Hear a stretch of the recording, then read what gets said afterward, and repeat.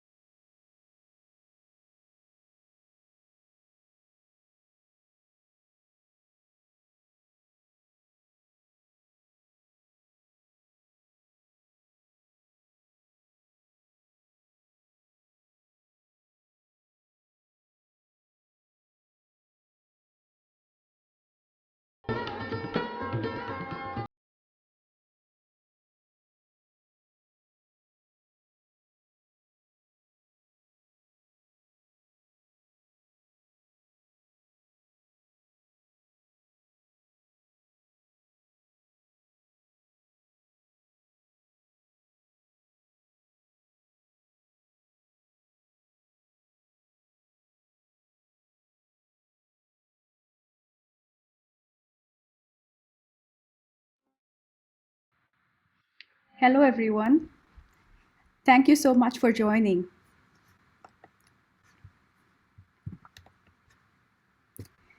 My name is Purva, and I welcome you all to my PhD defense presentation. Thank you for taking the time to join me today. I want to welcome Professor Barlow, Professor Curtis Rhodes, Professor Scott Marcus, and all my fellow friends and family here. I haven't had a chance to meet you, Shashank, but I've heard a lot about you. I'm glad you joined. Thank you. I actually did my master's at UCSB about a decade ago, and I'm very deeply into classical music, Indian classical music, and I'm very passionate about sharing it with everyone. So today is a very important step and a very important day for me. I'm happy to be here. What you just heard, by the way, was Rag Bageshri by Pandit Buddhadev Das Gupta on an instrument called sarod. And interestingly, Bageshri comes from the word Bageshwari, which is the goddess of learning and knowledge. Pretty apt for today. So with that melodious start, let's jump right in. Today's talk will be in 7 sections. There'll be an intro and a problem statement, after which I'll delve into the 3 main research content sections. First, about notations in Indian music. The second, and my invention of the ICM XML format. Then the Insargam, which is a notation editor for North Indian classical music, which I created. And then the final section on porting this notation to Western staff. Finally, we'll talk about the significance of my work, some ideas for the future, and then wrap up. It's going to be a long talk, but I hope it's interesting. So a brief historic perspective. Indian classical music is the classical music of the Indian subcontinent. It is one of the oldest forms of classical music through an unbroken oral tradition and is a big part of Indian culture even today. The origin of this music can be traced back to the Vedas, the oldest scriptures in the Hindu tradition and amongst the oldest sacred texts dating back to mid-2nd and mid-1st millennium BCE. Samveda, the third of the 4 Vedas, described music at length, and it was recited as Samgan at the time, which evolved into Jati Gayan and further into Rag Sangeet as we know it today.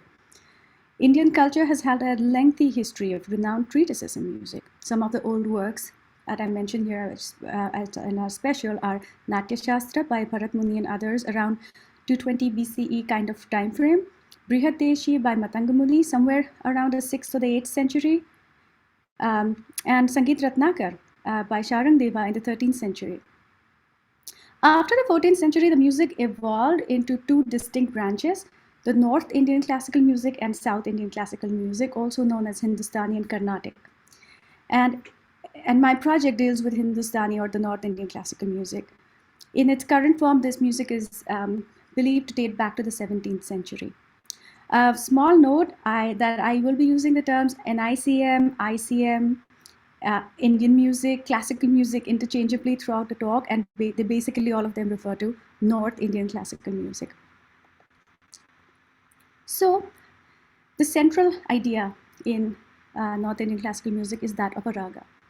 Indian classical music is monophonic in nature and has evolved entirely within this realm, creating an art that is exceedingly rich in musical scales, motifs, melody formulas, and subtle refinements of musical ornamentations. The rag is the central idea that forms the medium of expression of this monophonic melody that evokes a certain mood or emotional response. It's a uniquely conceived system, and you could broadly kind of regard it as a tonal framework for music, for composition and improvisation. You can think of it as a set of intervals with particular features, such as ascending and descending movement, hierarchy of its notes, the manner of intonation and ornamentation, their relative strength, duration, specific phrasing rules, and such. Where ragas have identical scales, they're actually differentiated by the virtue of these other musical characteristics. Before moving forward, I actually want to read to you the first documented definition of a rag that we know of. And it's from Matang Muni's work Brihad Deshi, mentioned on the earlier slide, from somewhere between the 6th and the 8th century. It's in Sanskrit. Yo sau dhvani vishesha vastu svarna vibhushitaha rajjako janachittanam sacha raga udharita. It's actually quite amazing to just think that this was written over 1,000 or 1,500 years ago. Here are some terms which we may encounter during the presentation, and I see that most people here are indeed familiar with them, so I'm going to breeze through this very quickly based on the audience we have. Swar, or the musical notes in Indian music, 7 primary notes match the Western diatonic scale, 12 notes in an octave, so basically 7 natural and 5 accidentals. The flats and sharps are known as komal and tivra. There's a little detail, but we'll go to that later. 22 Shrutis, classical music uses just intonation and uses a lot of microtones. These 22 Shrutis are basically just different ways of tuning the 12 notes and depend on the raga at play. Rag, which just went over that. Tal is the rhythm cycle. Alankar are the ornamentations like the grace notes, glides, and such. That is the system of classification of ragas that was proposed by Bhatkhande. Bandish, there are many, bandish is important. I sometimes tend to use the word bandish a lot when I talk.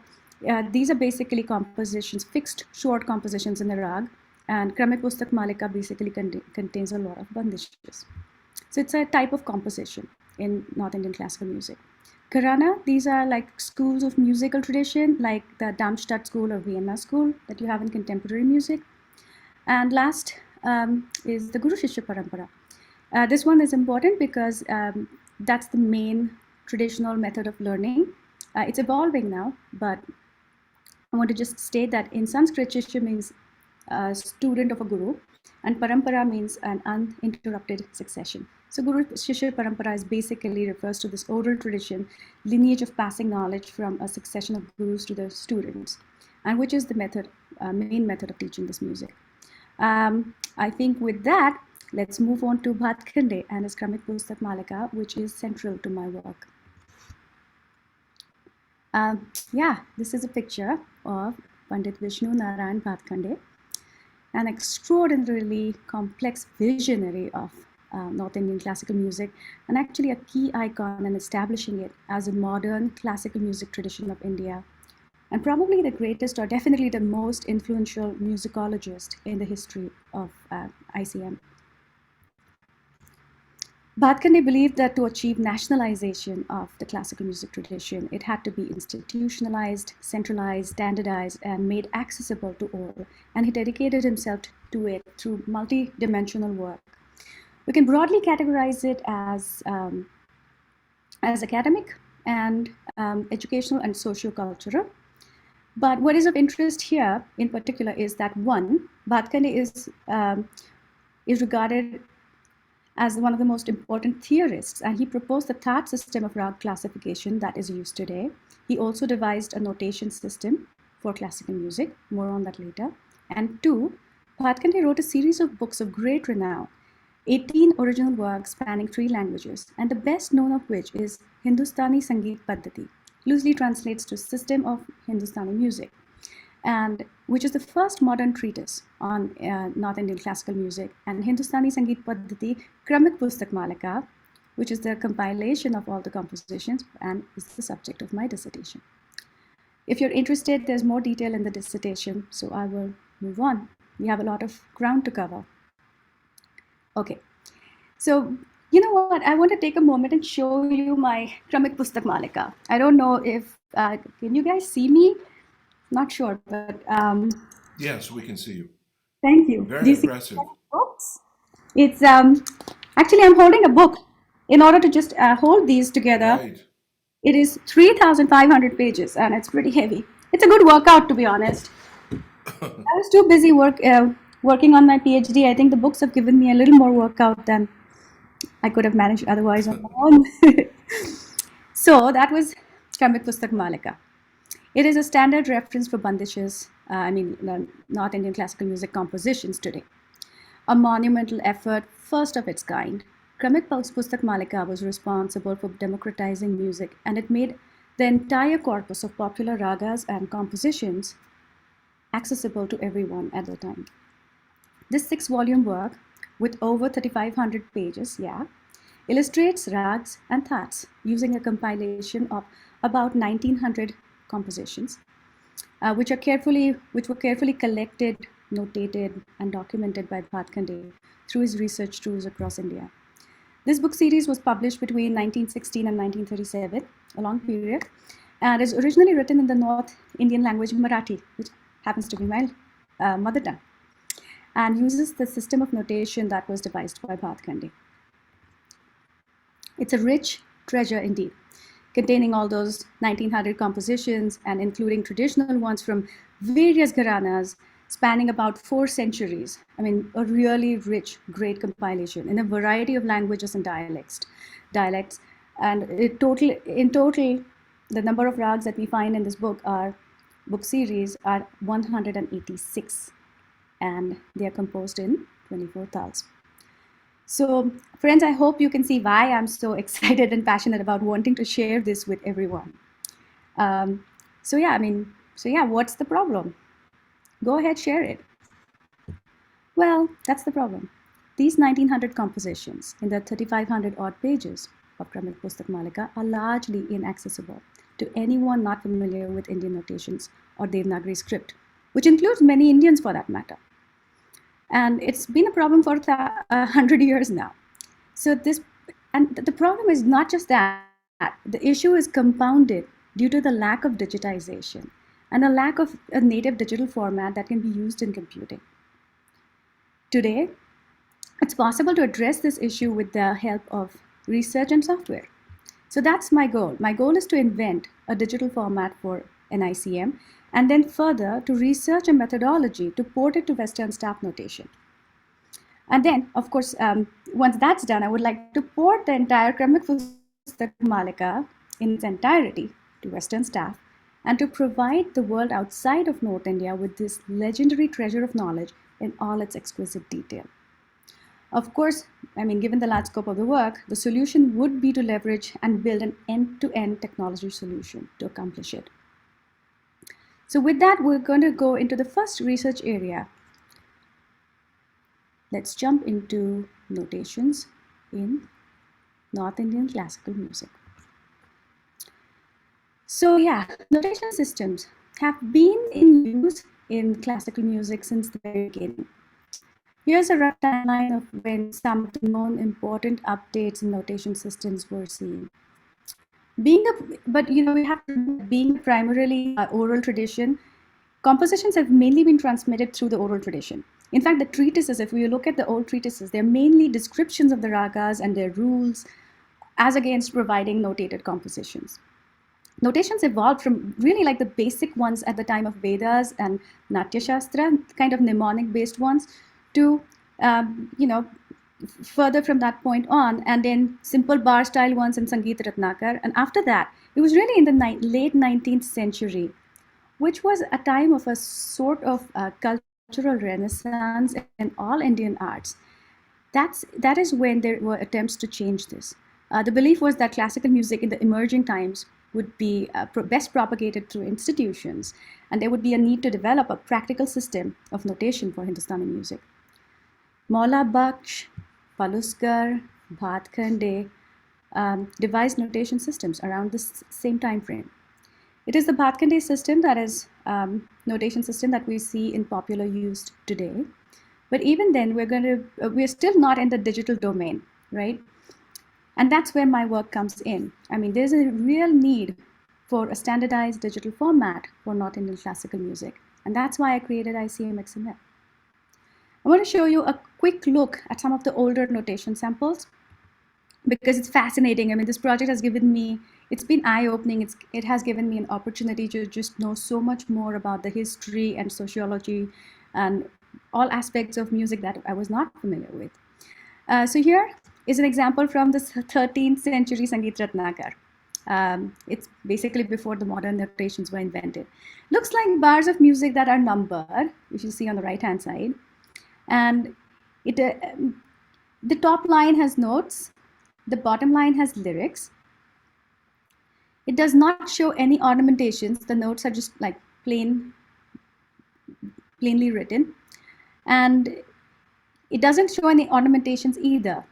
And what's interesting is that in this case, the notes, the accidentals are not even shown. And they are actually interpreted based on the scale or the rag in which the composition is in. So that's the earliest example I have in the presentation here. Then, of course, we come to the late 19th century. Like I mentioned, that was when there was a focus on inventing a practical notation system. The first person to devise one was Maula Baksh. He's credited as the founder of the Indian musical notation.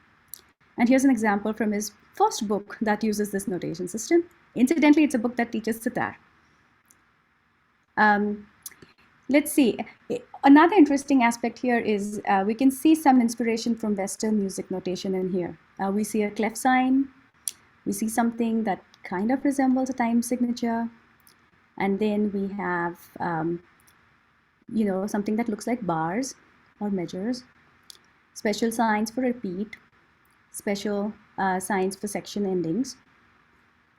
Again, there are notes on the top line, and then in this particular case, since it's a book of sitar, these are the sitar strokes. That system is not seen in use anymore. So shortly after, so Maula Baksh's notation is from 1888, and shortly after, around the late again 19th century, there were two major attempts at coming up with a notation system by Paluskar and Bhatkhande. Now, Paluskar was, the notation system that we see here, was a contemporary of Bhatkhande. They both devised systems independently around the same time, and both of them are pretty similar in terms of the musical information they represent. This system is still in use today, especially through Gandharva Mahavidyalaya, which is a large pan-India educational establishment that Paluskar founded. I just want to bring to your attention the same similar aspect in terms of notes, lyrics, and here these are durations for the notes, and this system is very, very specific and explicit in mentioning the durations, and these numbers are basically for the tal signs. These denote a full avartan of the tal or the rhythm cycle. Yeah, I think that's probably good enough. And here's the Bhatkhande system, a pretty equivalent in its spirit. So this is the one that I'm interested in translating, and it's the notation system that I'll be working with. So this is the important one that I want to share. It's also the most used system today, as was confirmed by a survey I did. We're going to see it in a future slide. Let's take a proper look at this one. By the way, it's a bandish in Piya Ki Nazariya in Rag Yaman, 16-beat teen tal. And it's from Kramek Pustak Malika Volume 2. It's an example. I'm going to use this as an example throughout the presentation, so it's a good idea to familiarize with it. Here we see the line with all the notes, and then a line with the lyrics.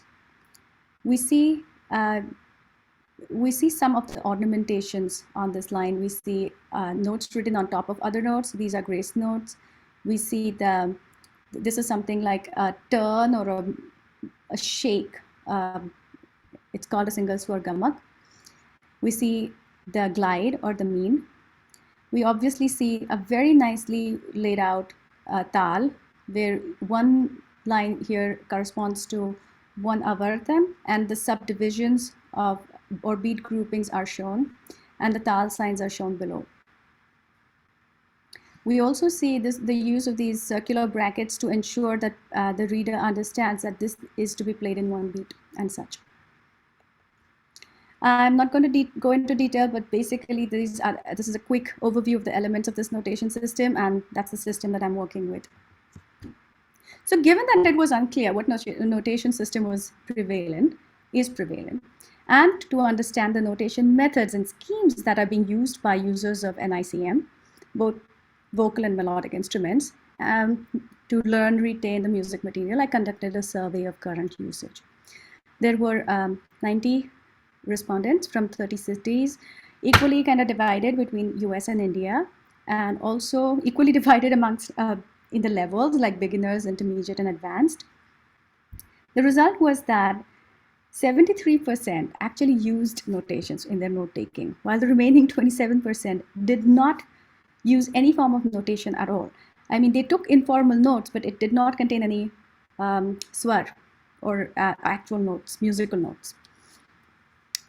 And amongst the ones who did use the notation, 66% used a Bhatkhande-based system, 14% Paluskar-based system, and 20% used kind of other informal methods.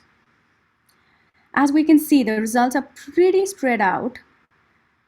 And what's also interesting is that there's a significant set of users that use a modified Bhatkhande system. I mean, to be honest, these results were eye-opening. Because when you say modified, like what are these modifications? It's hard to tell for sure.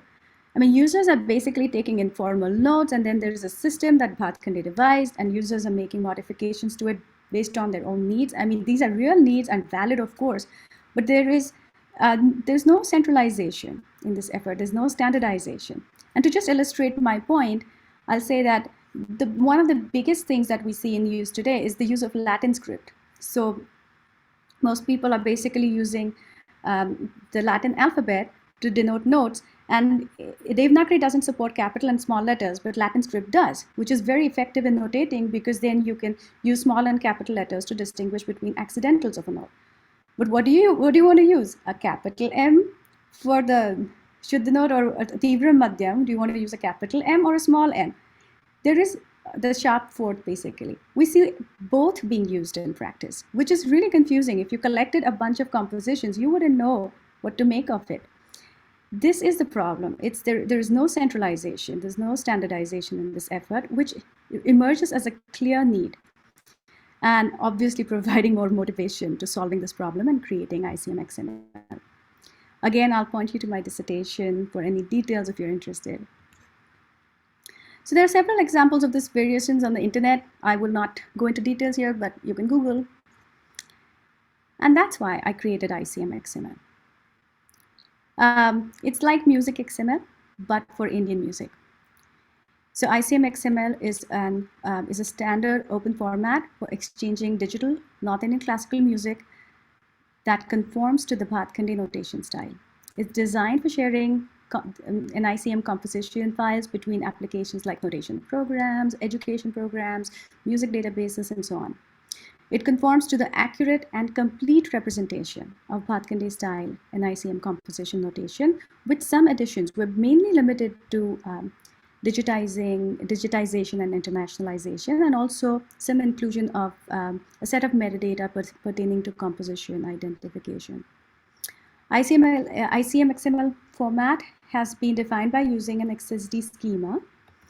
The main elements of the schema are composition info, a UID, a universally unique identifier, which will be something that will be very useful going forward to clearly identify compositions, all the typical expected usual suspects you would have in a composition info, rag info, tal info, full lyrics, markers to point to specific sections, enhanced note support with punctuations and ornamentations, and of course the core of it, which is the notation cell sequence, and playback hints for audio, which include the tanpura tuning and what tonic pitch you want to hint at.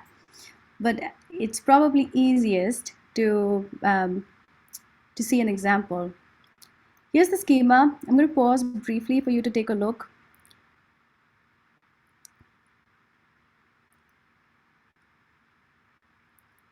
My dissertation includes a copy of the schema in the appendix for anyone who's interested.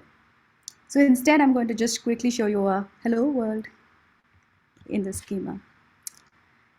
So yeah, here's our version of hello world.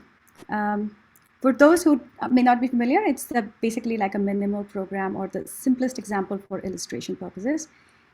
In this particular simplistic composition, is basically a 1 avartan, 1 cycle composition in 16-beat teen tal with the tonic note, tonic pitch sa or middle C, just repeating on each beat. So let's take a look. It opens up with some XML typical identifiers and declarations, and then we have a section on composition info as expected, along with the UUID. And yeah, here we can see multiple script support. So I've restricted it to 2, but you could have as many as you want. And it supports Unicode, so you should be fine. Tal information, detailed information about the beats per cycle, the internal groupings. And then a marker list, which I've kept empty because it's hello world. And then the actual notation, which would be a list of notation cells, and each one basically with the avartan number, beat number, any special signs that need to be included, and a list of notes. Inside that, note positions, accidentals, and so on and so forth, ornamentations, and more. If you want to see real examples of complex durations or ornamentations, then please do see my dissertation. So yeah, there we go. And the first standardized digital format for NICM has thus been defined. This is a significant step, I would say, towards bringing North Indian classical music into the world of data and computing. It gives us access to all the typical advantages of digitization: ease of modification, ease of distribution and sharing, ease of archival and search, ease of remote access, so on and so forth. This has actually proved to be a great starting point for NICM composition in today's day and age, and has been heavily leveraged already by the following 2 projects that I have in Sargam and porting Kramik Pustak Malika to Western staff. In a way, I would say it's a two-way street, because in order to unlock the potential of this format, there needs to be a software for Indian classical music, like an editor, a tool that will help the practitioners to notate, learn, and share the music effectively. And that brings us to the next section, which is Insargam, a notation editor for North Indian classical music. Okay. So thus I created Insargam, a notation editor for North Indian classical music, which enables the efficient digitizing of Hindustani music notation. It's a full-featured application software that I wrote from scratch. I actually followed a proper software development life cycle with stages for requirement gathering and use cases and technical requirements, design, architecture, implementation, testing, and even evaluation. And it's just like a word processor. Basically, it allows users to create, edit, open save music notation files, and Insargam also supports audio playback, just a simple direct interpretation of the notation. Actually, this was my master's project here at MIT.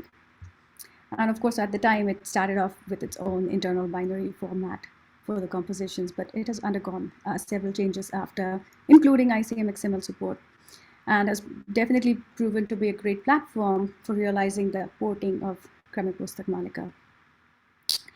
I also want to add that the evolving style of teaching today, as compared to the traditional Gurukul system, does necessitate a convenient, accurate, it's kind of like a standard conventional way to take notes, and Insargam solves that need.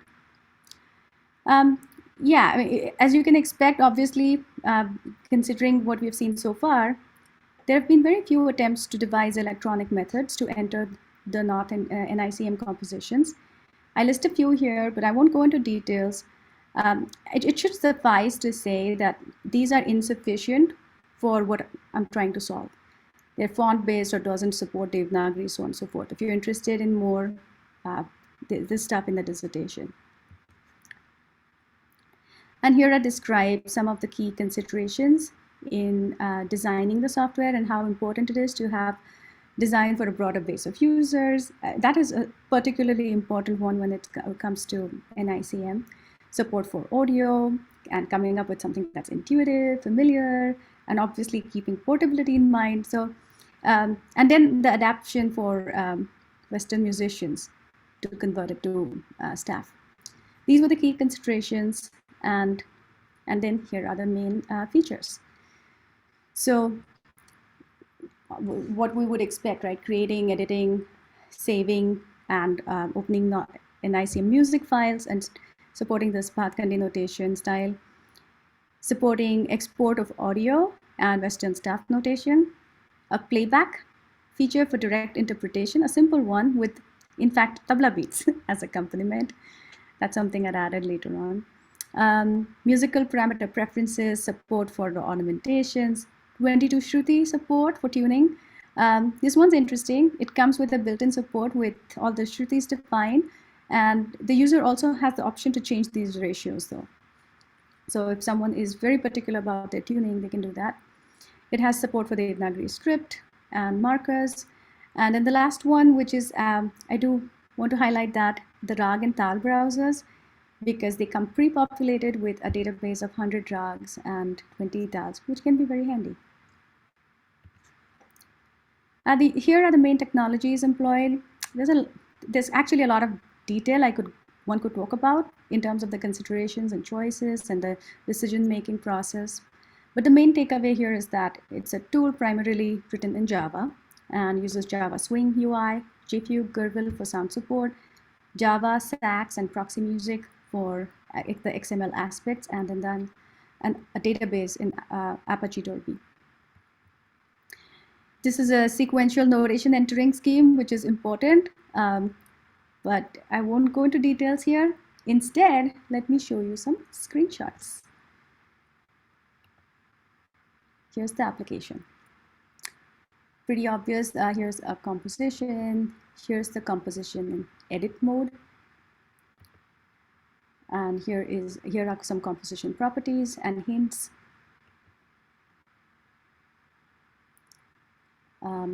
Yeah, these are just the menus. I think I have screenshots of the menus. File menu, this is the one that supports different scripts and highlights Vivaldi notes. So you have markers, ability to switch between compositions, sure. The audio player, and yeah, the browsers. Remember Rag and Tal browser? Here's the Rag browser and here's the Tal browser. So that was Inservam. I hope you liked it. And it provided the platform that was required for realizing the Kramik Pustak Malika translation or porting project. As you can see here, all the compositions have been digitized. Yay. And it's, look here, it's 119 MB of pure text. That's a lot of text for, where is the number of items? It should say, yeah, 1891 items. This data was entered manually. The project was very implementation heavy. There was a lot of effort involved in just entering the data and ensuring its correctness. And what made it even more challenging was that it was not just like a lot of data, but there were also many printing and quality issues that needed to be dealt with real minute attention. But having said all said and done, we have it now. The Bhatkhande's Kramik Pustak Malika completely digitized and imported into the 21st century. Let me show you a file, the Priyaki Nazariya example. This is how it looks. If you can see the one I'm scrolling on the right, this is how Priyaki Nazariya looks in ICM XML. Yeah, I mean, I can keep scrolling, but yeah. And on the top, these are some extra fields that we're tracking with some good information about where you would find this in Kramik Pustak Malika and indexing information. You see the support for multiple scripts. And yeah, this basically now brings me in a position to finally work on porting these to Western staff, which is the subject of the third and final chapter. Okay, back to the presentation. So, porting to Western staff notation. The question is, has there been any formal work done in making any NICM compositions available in Western staff? Not just Bhatkande's standard reference, but any compositions?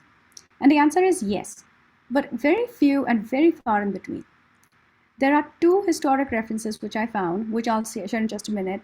But a significant work in this category is the Ragas of North India, a book written by Walter Kaufman, professor from Indiana University at Bloomington, that was released in 1968. It's an extraordinary work, and it has been a standard reference on Indian classical music for Western musicians for several decades. It covers about 200 rags, and most of these are actually, most of the compositions are taken from Kramik Pustak Malika. I made a list, in fact, as a part of my work, and I remember the count to be exactly 182. 182 compositions from Kramik Pustak Malika have been translated by Kaufman. And that's an extraordinary feat. I mean, did it all manually. Hard to even think about it. No work, but that's the other thing, right? No work that presents a comprehensive translation of Bhatkande's work is available in Western staff. And of course, that is the central motivation for this whole undertaking. Let's take a quick look at the two historic books I mentioned. Here's the one from 1784, almost 250 years ago, by Sir William Jones, where he notates some of the classical songs. By the way, I'm assuming everyone's familiarity with Western stuff, so I'm going to breeze through some of the slides quickly. And here's one from 100 years later, so 1884, by S.M. Tagore. And in the preface, he mentions about the request of his European friends to help them acquaint with the characteristic features of raga music and possibly even explore harmony using it. So I consider these both historic. I mentioned them as historic because this is before the modern Indian notations were devised. And so this is 1884, about 80 years later, so not quite 100 this time, comes Kaufman's work. A major milestone, obviously.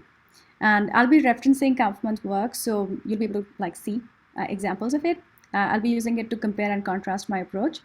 And thankfully, we don't need to wait another 100 years for the next work, because my work is here already. It's still 50 years after Kaufman's, though. So let's take a look.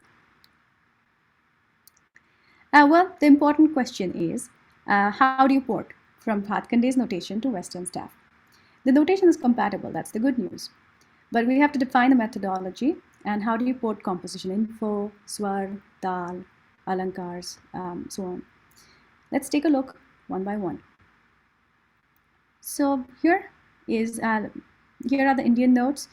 We can map them to Western equivalents. This part turns out to be pretty straightforward. There are 7 primary notes in Indian music, Sari Gama Padani, and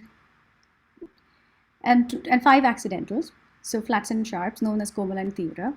But there's a subtle difference.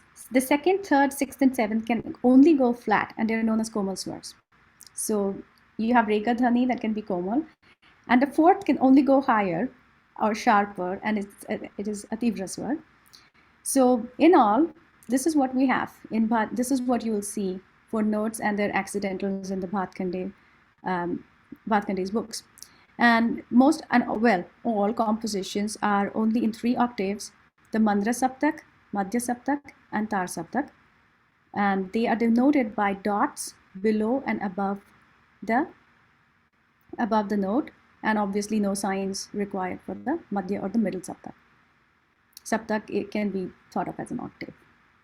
And these can be mapped to Western notes as shown, pretty straightforward.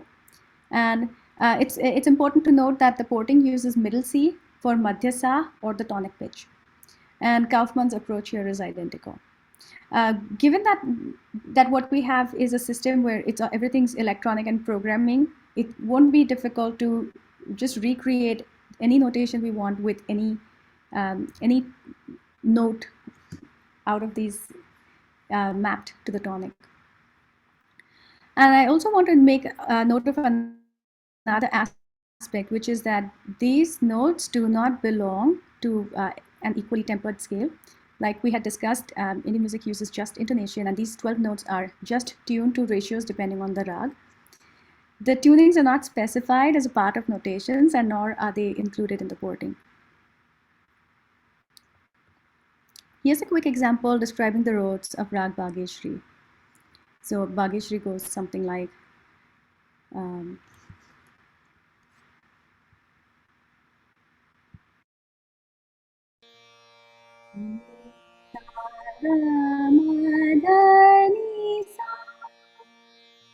the Avroha, descending scale.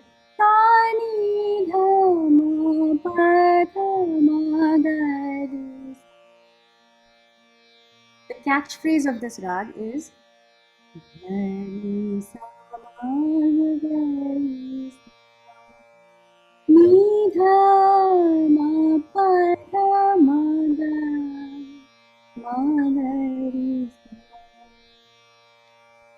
I'm just trying to illustrate how, like the translation actually works. It seems to be correct. We're going to use, we've seen this already, but just reminding the audience that here's the example I'll be using to describe the rest of the slides.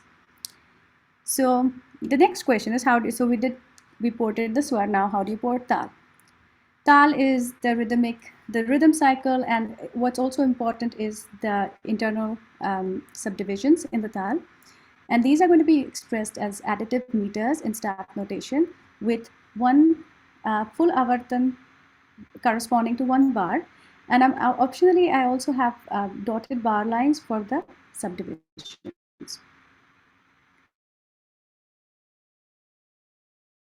So here's an example of teen tal, which goes da din din da, da din din da, da din din da, da din din da. It has 16 beats with clap at 1, clap at 5, wave at 9, and clap at 13.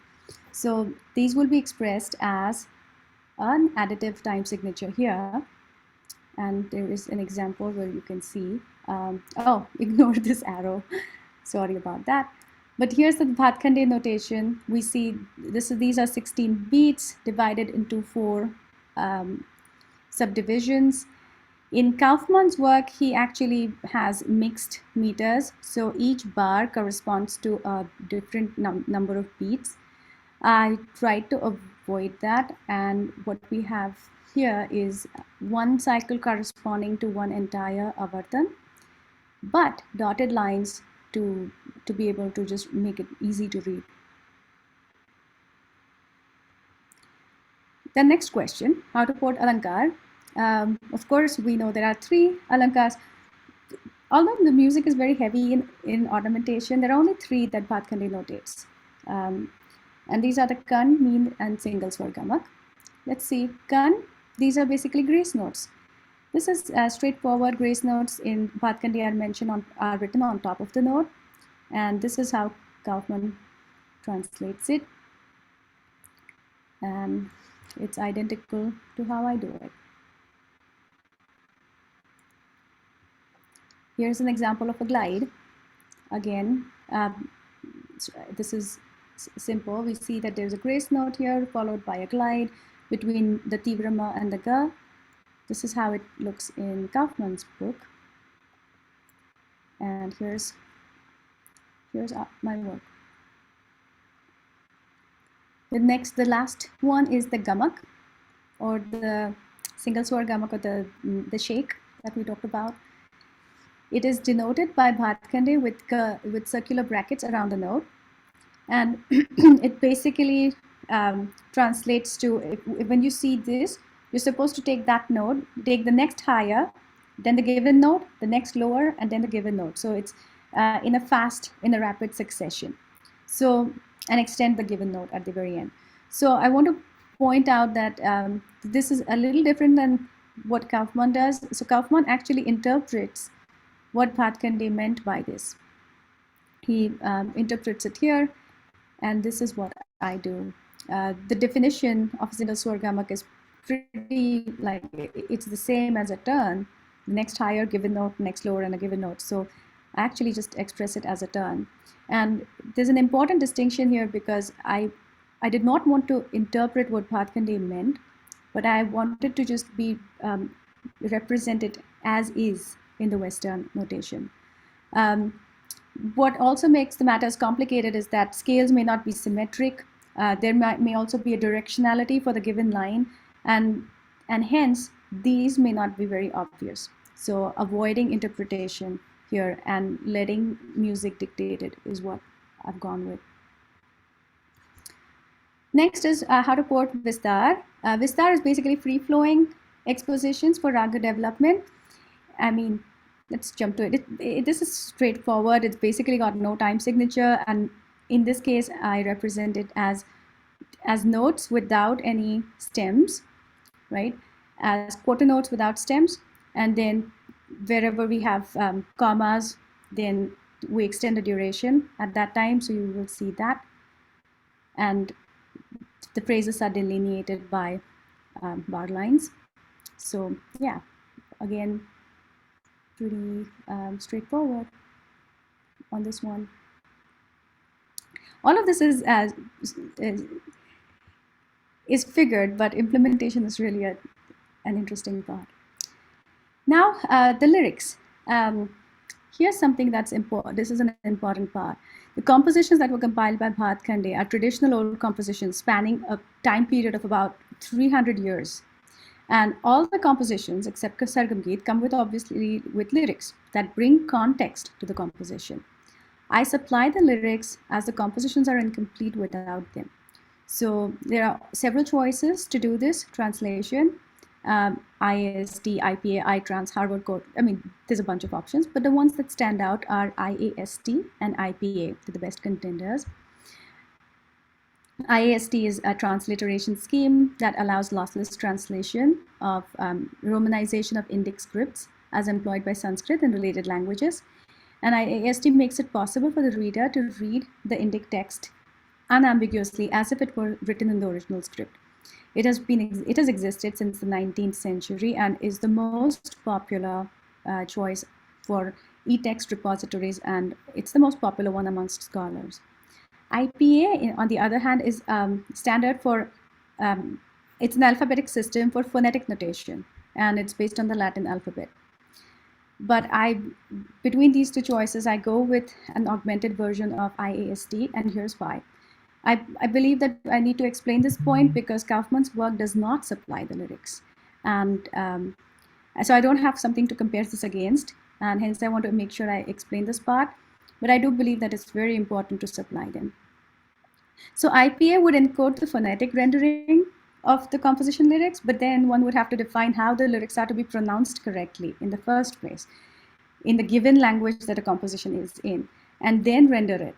Right. In contrast, IAST has a one-to-one correspondence with the Devanagari alphabet. It's much more straightforward. Also, the diacritics used in IAST allow capitalization here. They allow capitalization of proper names, and which just feels more natural to read, I think. Lastly, IPA is very highly technical and would require the readers to basically learn the alphabet and its specialized characters, which kind of contradicts the project's criteria of making the ported compositions easily accessible and understandable. And that's why I think the IAST, a modified version of it, is a clear winner because it's more intuitive. I mean, this line actually makes it pretty obvious why this was chosen. And it's accurate. It has a one-to-one correspondence. Although I use the word modified IAST and modification only because there are some alphabets which are in the languages in which the compositions are in but are not in Sanskrit, like Ra in Marathi. That's my mother tongue, right? See, this one, it's not in IAST. So wherever you see empty spots, that is where I had to add a modification to support it. So yeah, I mean, once that methodology is done, the idea is let's go in and implement the porting. For implementing the porting, I choose Music XML, which is a widely used and powerful standard. It's a standard format for digital Western notation, and definitely the most well-established interchange and distribution format. And so I wrote a converter, a software utility to port from ICM XML to Music XML. It was, I want to add, I actually did not even read Western music at all. And so I had to learn that. It was quite a process for me, but definitely an enriching one. And then, first we have in Sargam, where the compositions were input manually and encoded to ICM XML. Then the stage where ICM XML is converted to Music XML. This is another software. And then they were rendered to Western staff using MuseCore and compiled. Compilation was another story, but all of it has been very satisfying. So there we go. This is one from Kramik Pustak Malika. And ta-da! That's in Western staff, rendered completely by software. Let us see quickly if I have an example that I can play, just so that you can follow along. पिया की नजरिया जादू भरी पिया की नजरिया जादू भरी मोहलियो मन प्रेम भरी मोहलियो मन प्रेम भरी पिया की नजरिया कवन जतन अब करिए आली कवन जतन अब करिए आली नाही परे मुहे चैन एक घरी नाही परे मुहे चैन एक घरी पिया की नजरिया.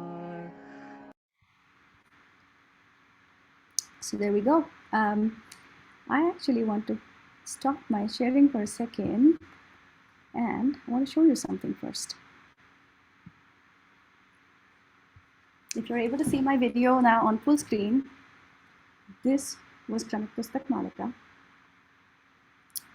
And this is what I have now. I don't know if it's visible. Yes, we can see it. Okay, so this is what I have now. We can keep scrolling. And yeah, the whole thing converted to Western stuff. Okay. And how many pages of transcription is that? Let me show it to you in just a second.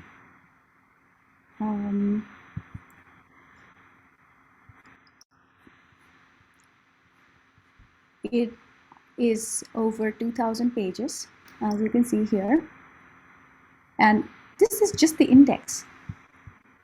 It's 1,900 lines of just index. And then I can scroll down, and here are the compositions. Yeah, very impressive. Thank you so much, Professor Rhodes. So back to this. I think the significance becomes obvious when we see that. This is the first of its kind work to make the compositions from the first modern treatise of North Indian classical music available to the Western music community. And a bridge has been built with the work that's gone into creating a notation standard with Insargam. I mean, with the whole solution put together, the bridge has been built now, and that's what's invaluable, I think. Time will tell how this shapes musical exchange and exchange of ideas between North Indian music and Western music community. The significance is obvious, but also what's more exciting is the future work. There's just loads of stuff that can be done. I am personally very excited about, I can't wait to run analytics now that the data is in a digital domain, and to help gather deep understanding of the ragas and their structures and how they work.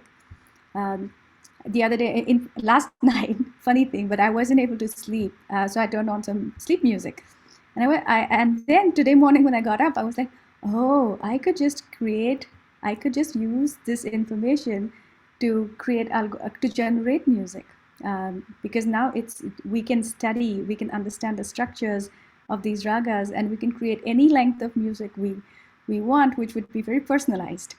Thought that would be very cool.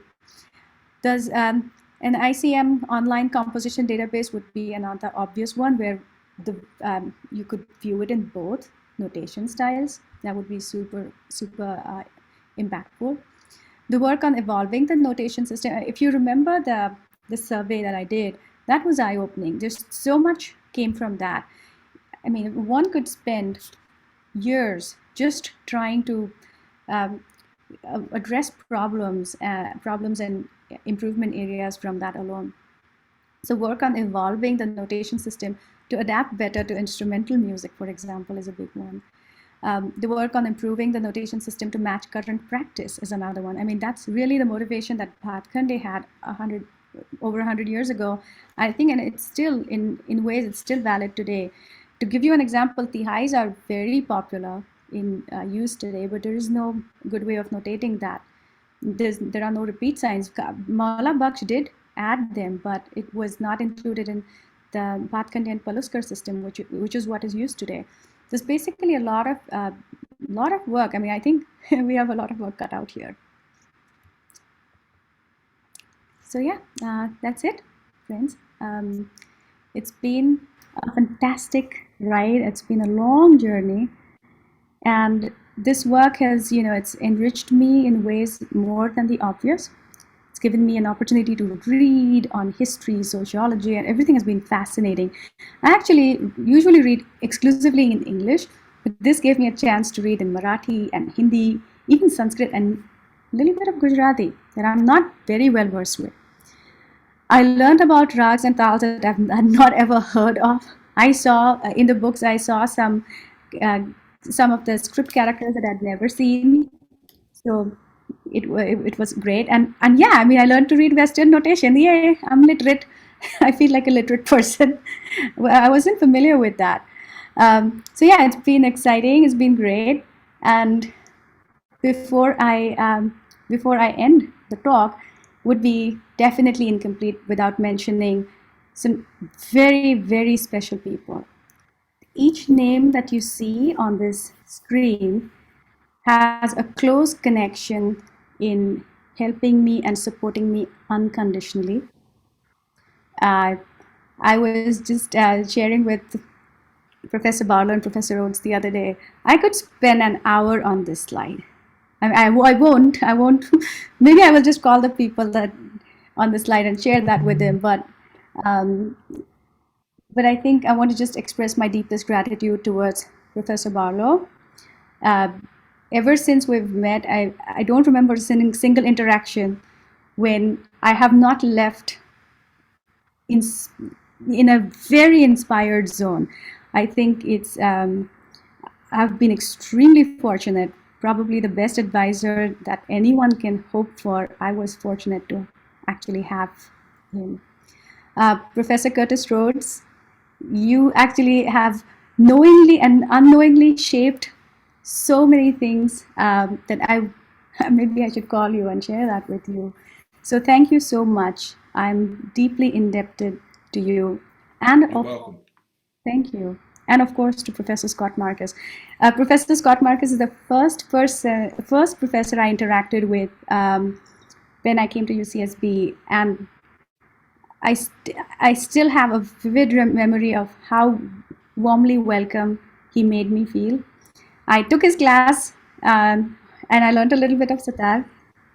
And Professor Marcus, I have to tell you that the questions during this PhD process, the questions that you've asked me, and you've asked me for clarifications and made me go do a little bit of more research and come back, and those have been very exciting, and they have been eye-opening for me. So thank you so much for that.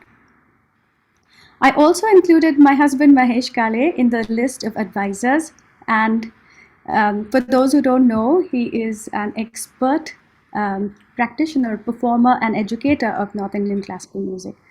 I think that's a pretty rare thing for a student to be actually able to like say a question out aloud in the air, and that would actually beget a response. You would get the correct answer and insights. I think it's very rare, and I want to thank Mahesh for being there for me as an advisor. Of course, I will not. I even more than being an advisor, he's been the biggest support that I have. And in fact, I would say that I would not have done this PhD had he not brought it up and made me go ahead and apply. So thank you for that. And then the list of my family members, want to specially mention these people. Each one has been, well, I will get emotional if I talk more about each one of them. I'll tell you something. There's a phrase, right? Like that you are the source of my strength, and that I draw strength from your love and support. I thought it was just a very sweet and poetic way of saying something, and now I know that it's not just that; it's actually reality. And I'm very fortunate to have these people who make that, who are that for me. I also want to thank my friends and family. There's a lot of people who have been very interested in knowing more about the work and have always been asking questions and keeping me inspired and motivated. So thank you to them. And lastly, thanks to the UCSB MAT program and UCSB for that matter. You guys keep the engine running, and that gives people like me an opportunity to realize their dreams and to do some good work. So thank you so much. I want to also thank the last line, Prajakta, Maitri, Pooja, Kalyani, and Chetna. They helped me in entering some of the data, and they helped for the project. So that's it. Thank you. Thank you very much. Thank you, Purva. Thank you. For the wonderful, very enlightening presentation. Extremely well presented. Thank you so much. Now I have to take over as chair. Yes. So I will do my formal bit. To my committee members, Curtis Rhodes and Scott Marcus, I would also like to express my deepest thanks for their support in all of this. To continue, I don't think we have time for any questions from the audience. But if there is one question, I'll be happy to welcome it.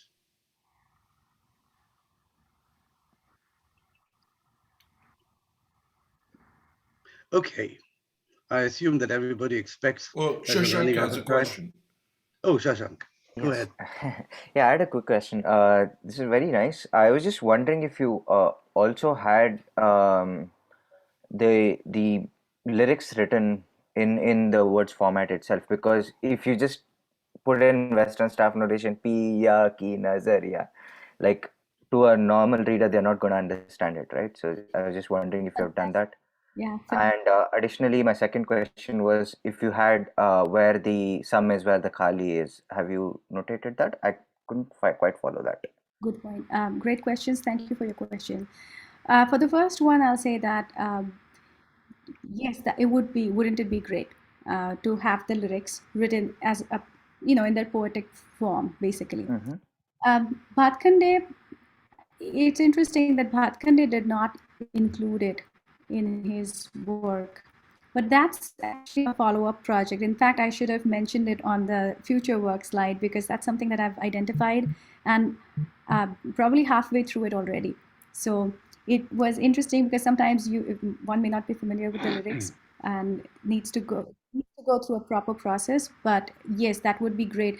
Paluskar's system actually has the full lyrics on the top, and then the composition. Bhatkande's system doesn't. ICM-XMF format does support the use of full lyrics at the top, and so in the format, I mean. And so yes, that is a great project that's underway already. And the second question that you asked about where would you know the tal signs are not expressed here, but you always know where the sum is because one bar corresponds to one cycle, right? One rhythm, one avartan, and then you would know where the tali and kali is based on the dotted bar lines because you have the subdivisions. Just that you may not know whether it's a tali, or a kali. So it's not something that Western music uses a lot, and so I've tried to make it very accessible in its translation. Although it wouldn't be hard to add that. The information is already there in the format. Thank you, Purva, for your answer.